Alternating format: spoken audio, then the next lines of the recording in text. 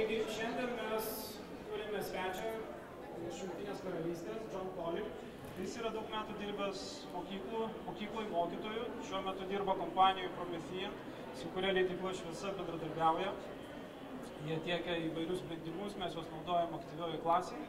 Taigi, Džonas pasidalins tiek savo ilgametę patirtimi, tiek tai, kas yra iš tiesų atversta klasė, kaip tai veikia ir ką su to daryti. Ar pavyko atlikti apklausą kam nors? Ne. Protinga klasė neveikia, reiškia pasitikėsim geriausių dalykų, tiesioginių ryšių tarp mokytojų ir mokinių. Taip? Taigi aš pabandau įjungti Džoną.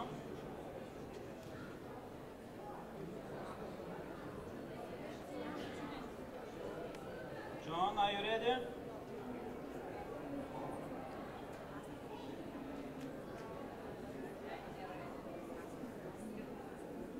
Are you ready, John?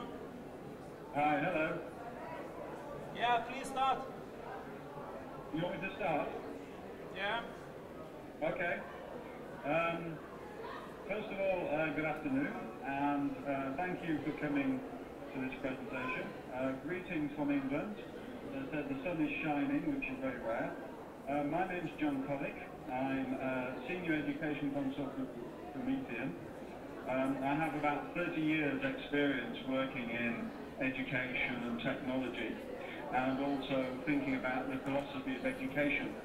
And today, over the next 30 or 40 minutes, I want to talk about flipped learning. What is flipped learning? But more importantly, what are the implications of flipped learning for all of education and the future of education? So to begin with, let's think about the basic principles of flipped learning, which on the surface sound very simple. In a traditional classroom, the ones that we attended when we were children, the content of the lesson was taught in class. So you went to class, the teacher taught you mathematics or history, and then gave you homework. And at the end of the class, you went home, you did the homework, and then you handed it in to the teacher, and it got marked, but there was never really a follow-up. And if you had any questions, or if you struggled with any of the concepts, then it was difficult to get the attention that you needed from the teacher. Flipped classroom changes that, it turns the whole thing completely the other way around. And in flipped learning, what happens is, as you can see in this diagram, is that the student studies the content of the lesson at home or remotely through technology, through the internet, perhaps watching a video on YouTube.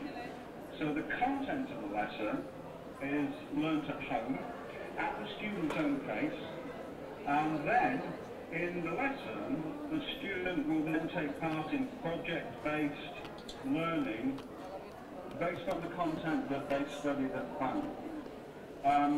And this way, the teacher can then go through the class and work with the students on a more individual basis to answer any questions that they may have after they've done the work, after they've done the initial work at home.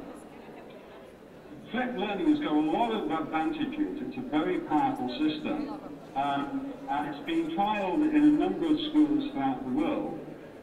Here's an example of a school in the US, in Michigan, called Clintondale High School.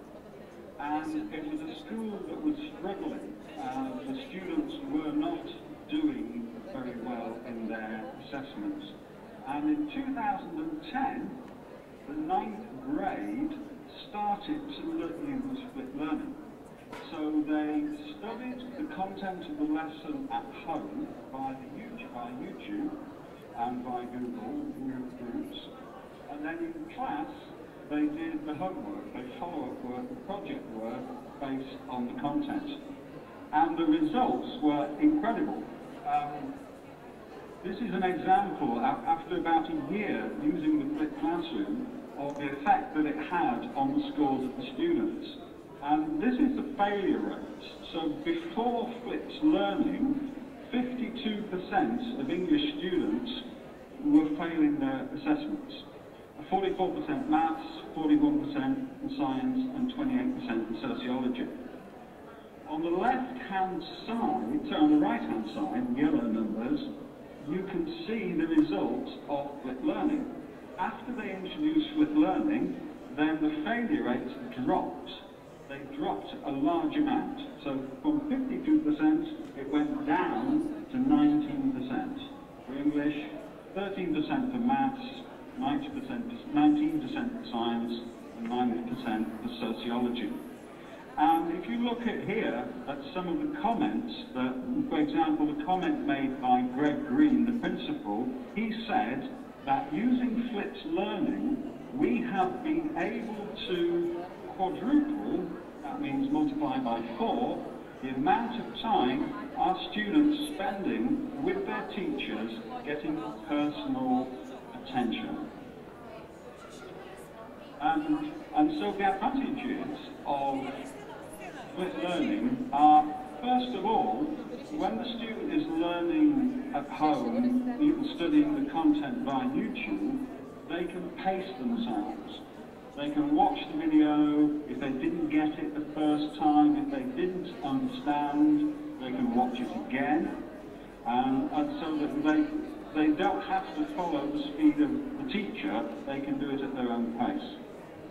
And learning support becomes easier because in the classroom, when the students do the reinforcement project work, they can get more one-to-one coaching from the teacher and also help from their other students.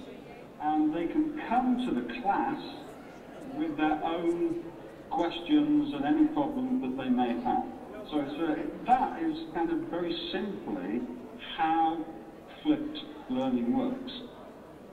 It sounds like a very straightforward concept, but in fact, I strongly believe that the concept of flipped learning actually is very revolutionary, and it will revolutionize the whole way that we approach education, because it changes the paradigm of teaching, and teaching becomes student-centered. Totally student-centered.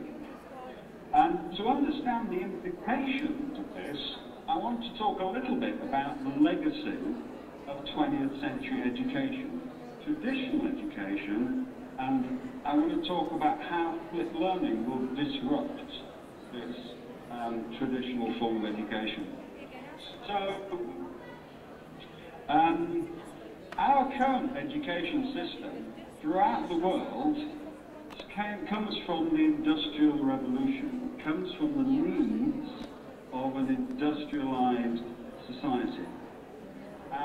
For that society, in the beginning, you needed to educate the working class, the workers, to a common standard of literacy and numeracy. So 20th century education is based on an industrial factory model which is designed to bring every child the same level of knowledge, which is then assessed, usually in science, mathematics, that kind of thing. And what has happened now is that our education attainment based on this 20th century model is measured by international statistics. And I'm talking here about PISA. Last year, the latest PISA results were published, and all the governments all over the world look at the PISA results, and they want to see where their country ranks on the PISA level. And these international statistics then are used as being the model against which we measure educational attainment. And this is the ultimate conclusion of the 20th century education model. The emphasis is on education for GDP, education to improve the economy, and education to place yourself on this international ranking system. The problem with this method of education is that it reduces learning to chasing a number to chasing a figure. And what is happening is that a lot of effort is being put into traditional forms of education to try and move up, further up this ladder. I'll give you a perfect example in the UK. I mean, this is the picture you see now is kind of an exaggeration of a situation we have in England, where the emphasis is on educating students to pass exams to improve the scores of the school, which will in turn improve the PISA score. So education is all about advancing statistically. And we have for example, my wife teaches in a primary school, and she's under pressure all the time to make sure her students advance incrementally, their scores go up incrementally every month. And the problem with this is that it's not working because the situation isn't changing. When the last PISA results came out, England was below France. And everybody in England gets agitated by this, and we want to be better than France. So we put a lot of investment into education methodology, and at the end of it, the PISA results come out, and our position has not changed. And the country's positions do not change. So we need a new student-centered, project-based paradigm for learning, because education focused on statistics on the 20th century model is not working. So this is where flipped learning is so important, because flipped learning allows us to break out of this paradigm by placing the emphasis for learning back on the student. And technology allows us to do this. So I want to talk a little bit about technology and project-based learning. Again, if we go back to 20th century education, what we did at school, when we went to school to learn mathematics, we did sums. We sat down and we did addition and division, we learnt our times table, and very mechanical, we were learning to calculate. So mathematics education was about learning to calculate. But now, we have computers. We have computer systems, we have the technology that can do the calculation for us. Modern technology allows the system modeling and project-based learning. Now, in the past, if you wanted to create mathematical systems, you had to study mathematics at school, study it at university, maybe do a PhD, and after all that time, then perhaps your mathematical ability was sufficient for you to start modeling or creating mathematical models. With modern technology, all the hard work is done for us, and we can go straight to project-based learning and system modeling. And in education terms, for example, we have tools like Lego Mindstorms or Wolfram Mathematica, and both of these systems allow students to begin modeling systems and exploring programming and mathematics in the classroom without having to bother with the calculation. So in terms of flipped learning, I'll give you an example in the context of flipped learning. Let's say, for example, a mathematics teacher wants to teach the principles of a parabola. On a YouTube video, the students will watch the YouTube video and they will learn the basic equations and principles of a parabola, which is a path that a stone or a rocket takes when it's fired into the air. Then in the class, using technology, like, for example, Wolfram or Lego Mindstorms, they can then create models of that mathematical concept. And I'll show you an example here. This is from Mathematica, and here on the left you see this. This is a mathematical model created by students to take the equation of a parabola and to create a model, and a conceptual model based around it. And the conceptual model is of a hammer being thrown into the air. Now here, you have the simple path of the parabola, but now, using the technology, you can start to introduce variables. So, for example, you can increase the height of the trajectory. You can increase the speed. If you wanted to, you could go into this model and you could add more variables and more different things like gravity, for example, or wind resistance. So students can now, using the flipped model, using the flipped classroom model, and using this technology, they can explore concepts to a far deeper and far greater extent. And here on the right-hand side, you can see launching a rocket, and this is taking the very simple parabola example and turning it into a whole system to model the flight of a rocket into space with all these different variables. So this is an example of how a combination of flipped learning and technology can allow students to explore project-based learning to a far greater extent than ever before. Okay, so go back to the presentation.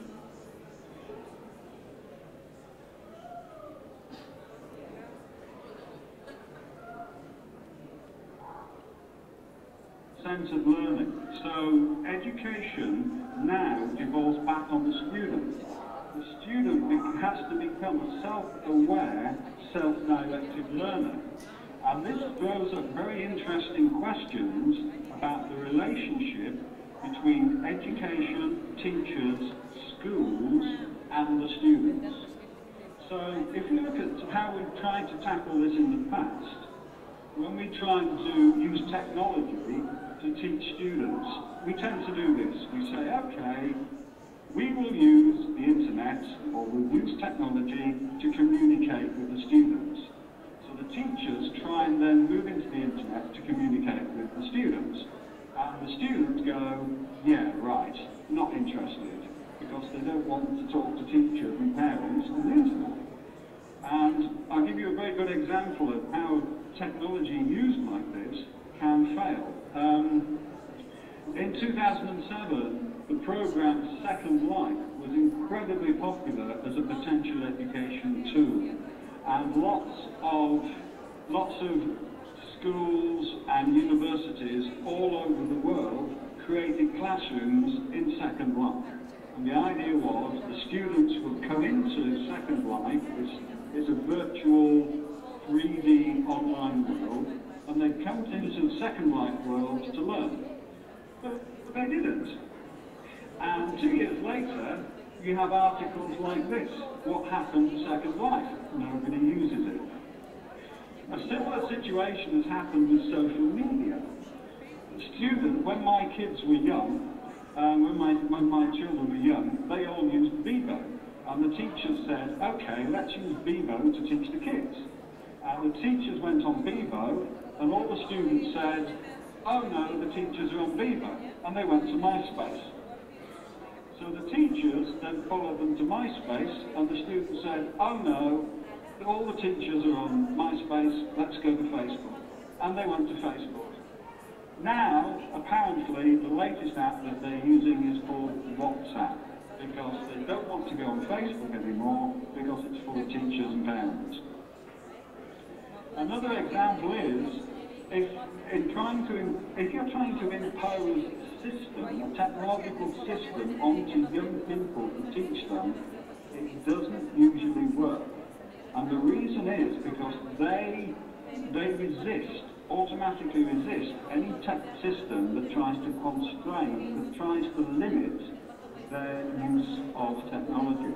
And this is a good example in Los Angeles, where the education department gave iPads to every student, and it was a $1 billion program to give an iPod to every student.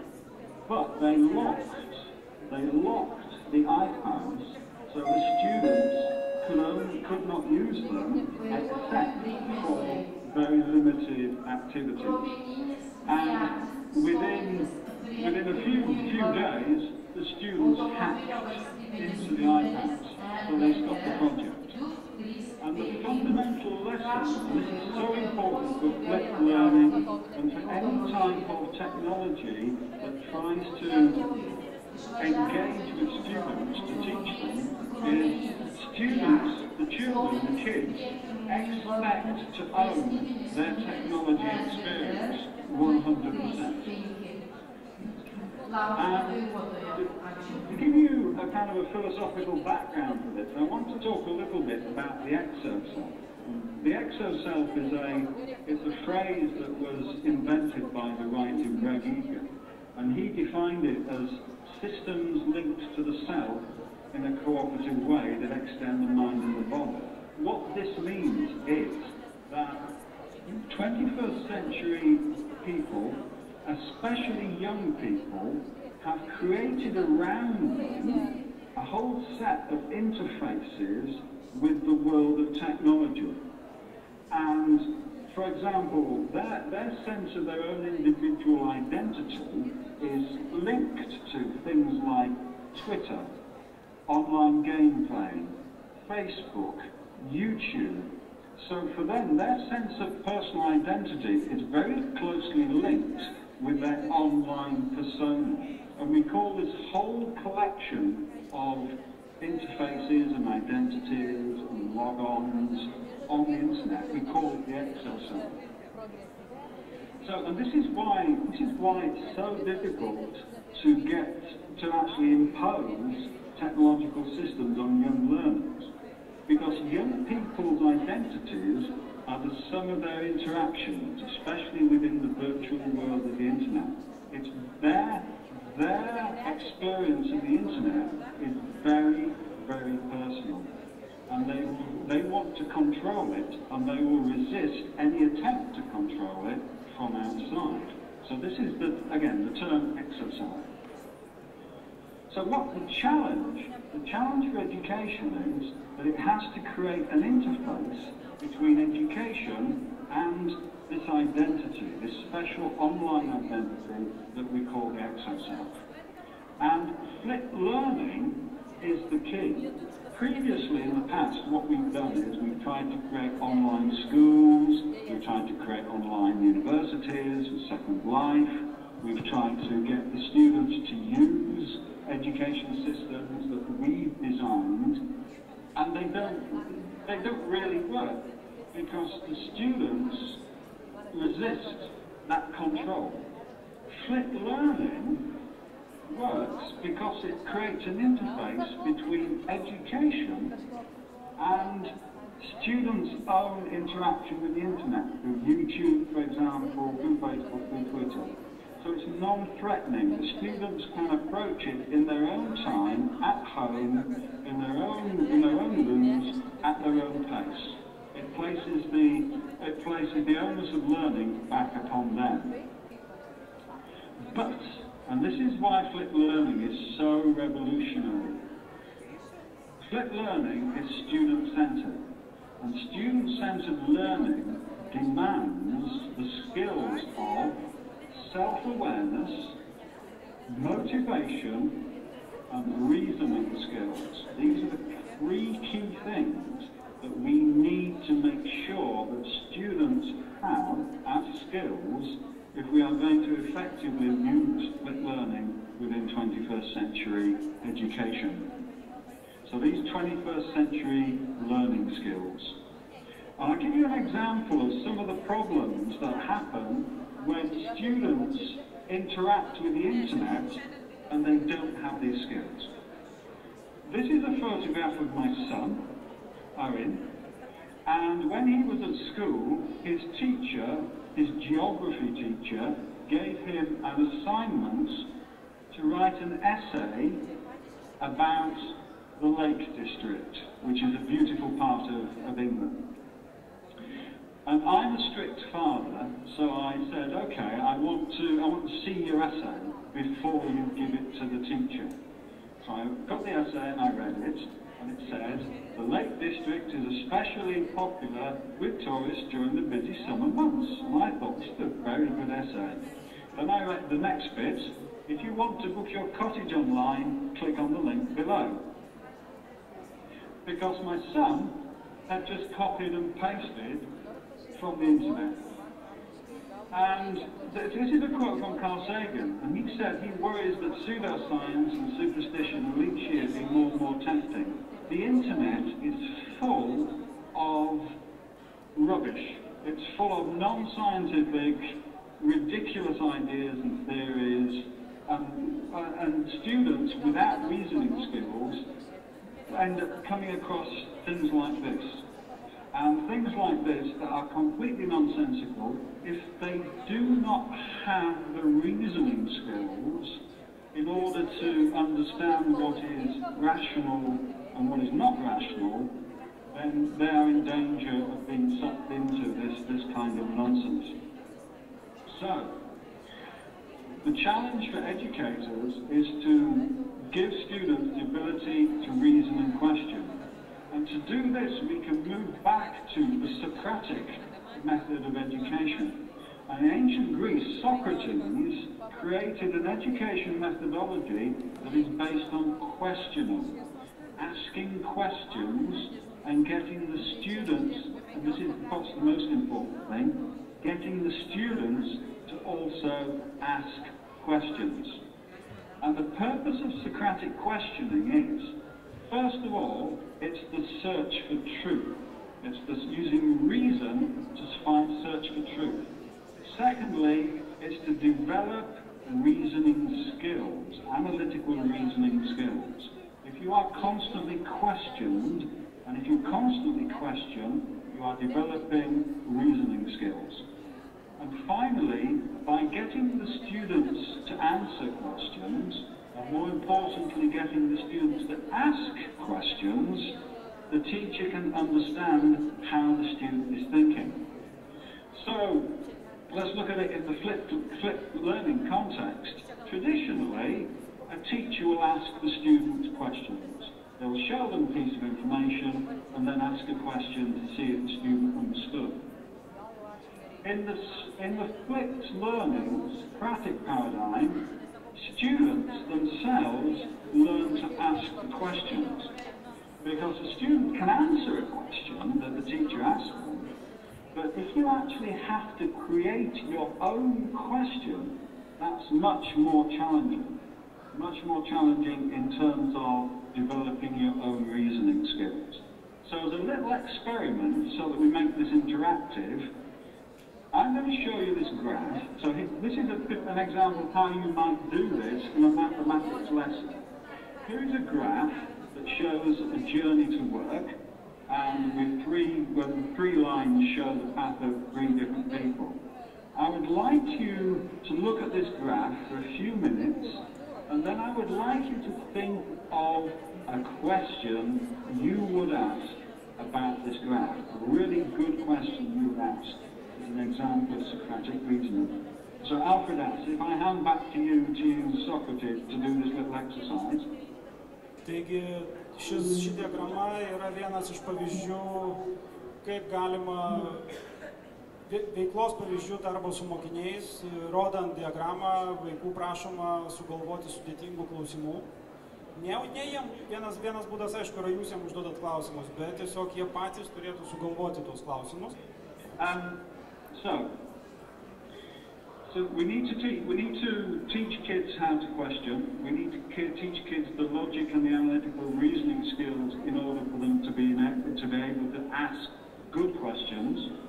We need to teach kids how to be self-aware learners. This is very important. And this is all about the question, how do I learn? In the past, we never ever taught children to understand how they actually learn, how their brains work when they're learning things.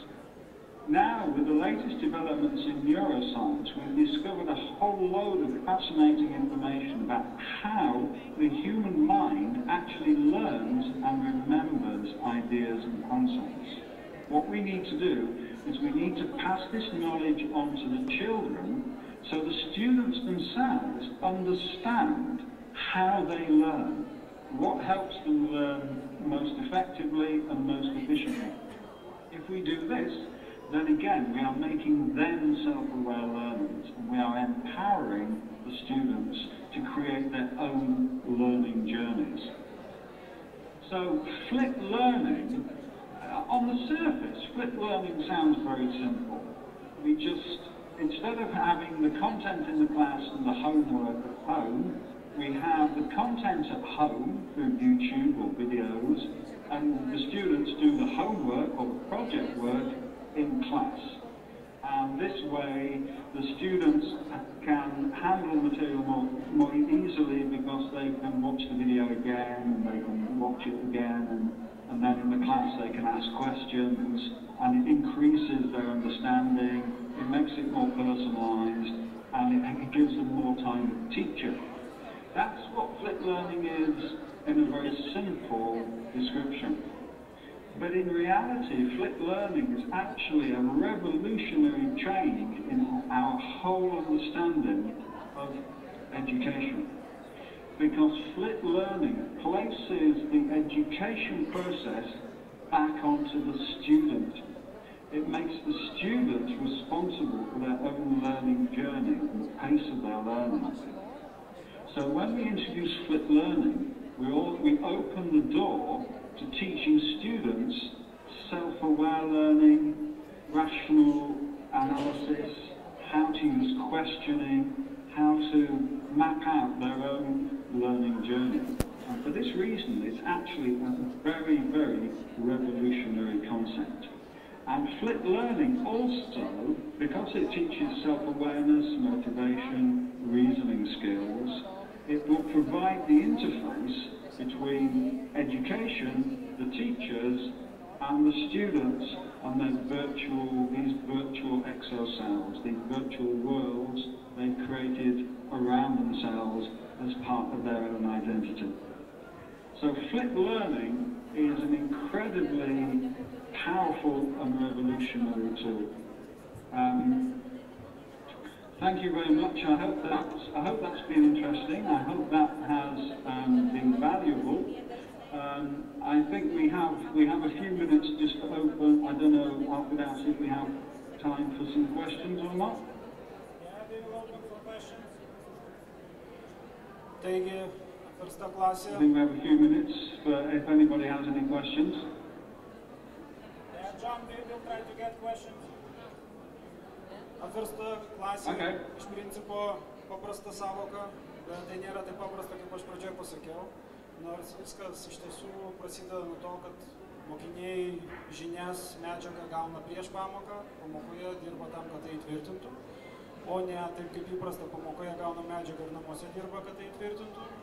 Tačiau, nežiūrint į technologinę pusę, kuri kartais dominuoja ir mus gazdina, ir kartais neveikia, Apverskite klasė nėra vien technologija, tai nėra paremta technologija. Kaip matėte, iš esmės, tą laiką, kurį mes įgauname Apverskite klasės dėka, pamokos laiką, mes turim skirti aktyviam darbui su mokiniais ir tai yra iššūkis. Tai staiga atsiranda laiko ir reikia kažką veikti. Tai vienas iš geriausių būdų veikti yra sokratinis klausinėjimas, mokyti vaikus kelti klausimus ir ieškoti juos atsakymų. Taigi, ar turit klausimų Džonui?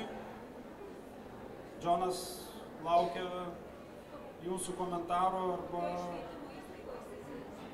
Šiuo metu jisai dirbo konsultantu, bet prieš tai jisai dirbo eiliniai Britanijos mokykloje.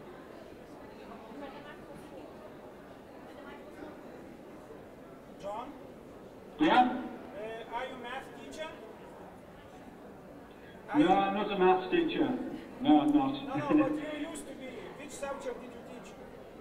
I used to teach literature and philosophy. Literature, philosophy and history.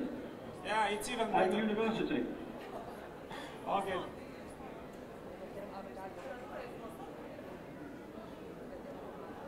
But I also have a background in computing, actually. I've got, I think 15 years experience in computing as well.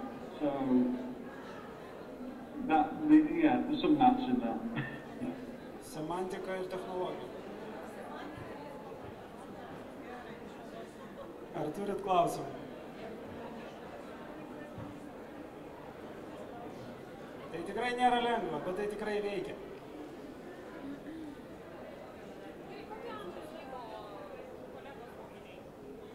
Kodėl buvo, jie yra įvairaus amžiaus. John? Yeah? Could you refer back to your example about US school with practicing flipped classroom?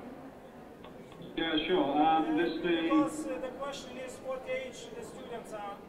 Could you explain more on that, on the experience? Yeah, sure. Ninth grade, I'm trying to think, I'm sorry, I've gone blank on the ninth grade will be teenagers. I'm trying to, let's see, they will be, yeah, they'll be around about 15 years old, 15 or 16 years old.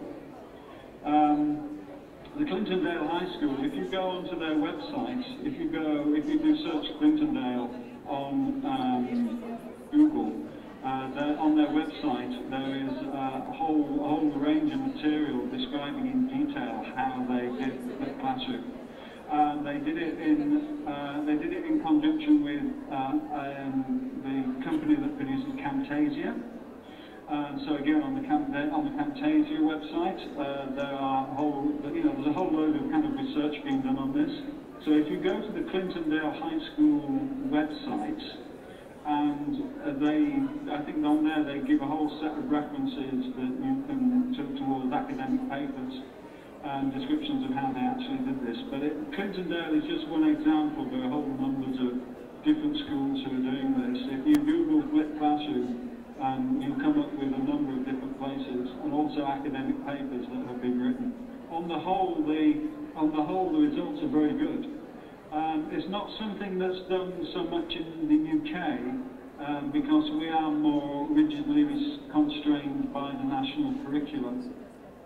So there's less kind of room for experimentation certainly in British state schools. But that, yeah, go to the Clintondale High School and it has all the information there. The 9th grade, that's 15, 16-year-olds, I believe. Na, galiu pridurti iš ribotos vietinės patirties. Iš tiesų, atsakant jūsų klausimą, mes nuo 5 klasės ir netgi anksčiau pradedam Apverskite principą. Taip, kad aš jums sakiau, jūs atpažinsite kai kurios dalykus ir nereikia šitoje vietoje susijęti visko vien tik su technologija. Technologija padeda mokiniam tą medžiagą pateikti įdomiau, geriau, tačiau pats principas, atlaisvinant pamokos laiką naudingesniai veiklai negu medžiagos pateikimas, jis iš tiesų yra veiksmingas. Ačiū.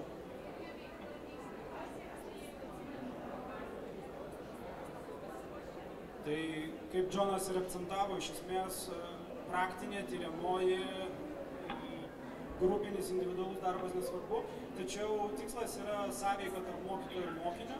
That's if you go www.flippedhighschool.com, that's the Clintondale High School website. Tikslas yra turėti galimybę mokytojui stebėti mokinius, jiem padėti, dirbti, pastebėti jų, sakykime, problemas, nes jeigu mokiniai patys turėjo pasimti medžiagą, susipažinti su medžiaga, tai mokytojas pamokos pradžioje gali patikrinti, koks jų, sakykime, lygis, supratimo tos medžiagos, tada duoti skirtingas užduotis ir dirbti su kiekviena grupė, tarkim, iš eilės, padėdamas, konsultuodamas, reiškia daugiau atsižvelgdamas į jų individualius poreikius.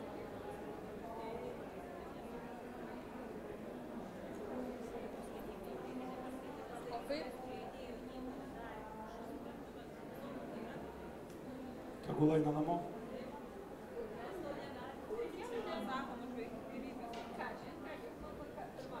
Žinot, Jungtinėje karalystėje mokyklai turi patalpą, kuri vadinasi jail. Tai reikia mums palinkėti, kad ir pas mus tas atsirastų. Ten nėra grotų. O jeigu ateini be uniformos, tau duoda neskalbtą uniformą ir liepia apsirengti, nes tu privalai būti su uniforma. Jeigu tu blogai elgiesi, tu eini į patalpą, kur yra spec poreikių mokytojas, jinai vadinasi jail. Ir tu ten dirbi, ir tave prižiūri. Tiesiog žmonės sugeba susitvarkyti. Bet pas mus paduoda į teismą už pažeminimą. Matot, jie demokratijos požiūrį toliau pažengia ir niekas nepaduoda į teismą. Taisyklės yra taisyklės. Tai mums matyt dar reikia šiek tiek priaugti iki tos demokratijos būsenos, kad visi pradėtų laikytis ir gerbti taisyklės. O sakykit, kaip su krūviu, jeigu dabar imsim visi va taip dirbti? Na, esmė yra, tai nėra papildoma veikla.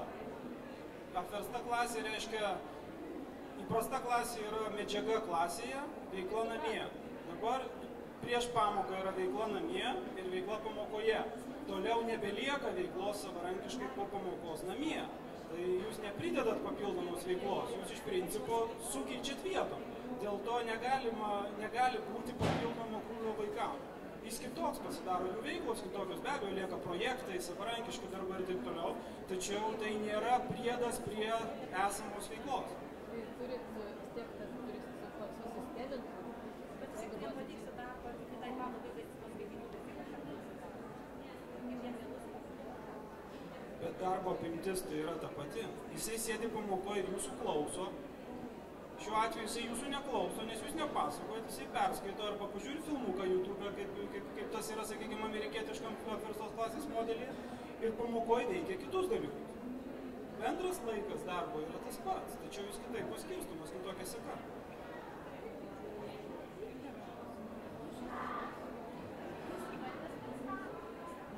Aš daugiau dirbu su informaciniam technologijom, tai tą nėra taip jau tiesiogiai paprasta padaryti, bet jeigu iš kitos pusės pasižiūrėt, aš dirbu neformaliam ugdyme su tokiais vaikais, tai patį, sakykime, tą pamokos veiklas, taip, mes taikom, bet tiesiog nėra tos veiklos, kad jie turėtų prieš tai pasiruošti. Tai kitoks principas, kitokia programa.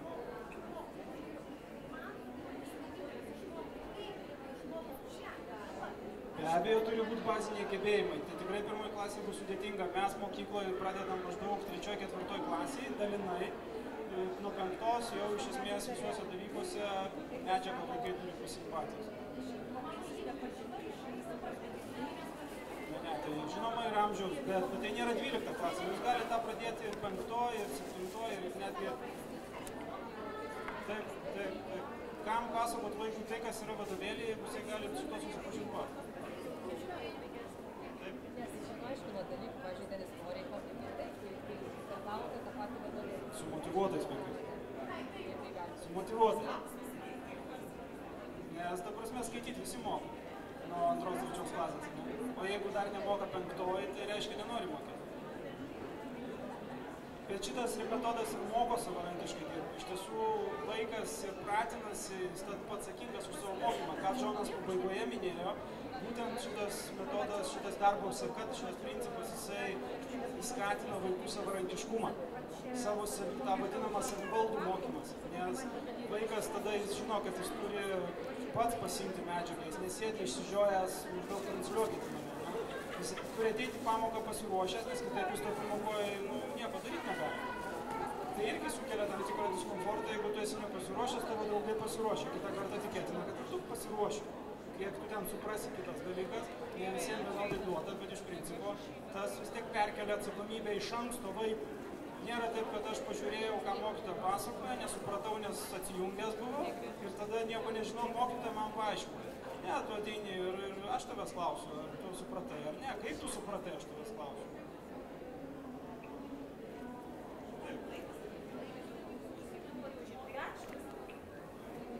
Užsienio kalbų mokymą? John? Yeah. The question is, what about teaching foreign languages? How to use flipped classroom for foreign language teaching? Sorry, the question is how we use foreign language teaching for flipped learning? How do we use flipped learning for foreign languages? I'm not familiar with any specific examples of that.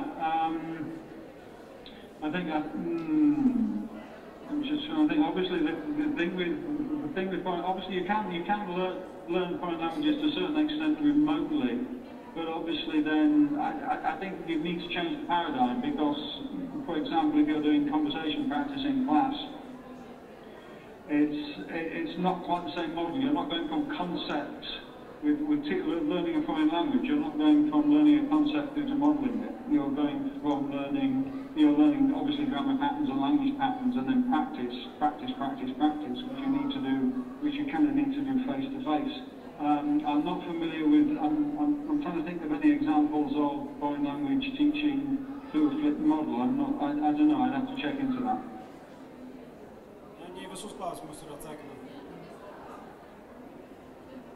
Well, obviously you do have lots and lots of examples of online foreign language teaching, which people use for self-study.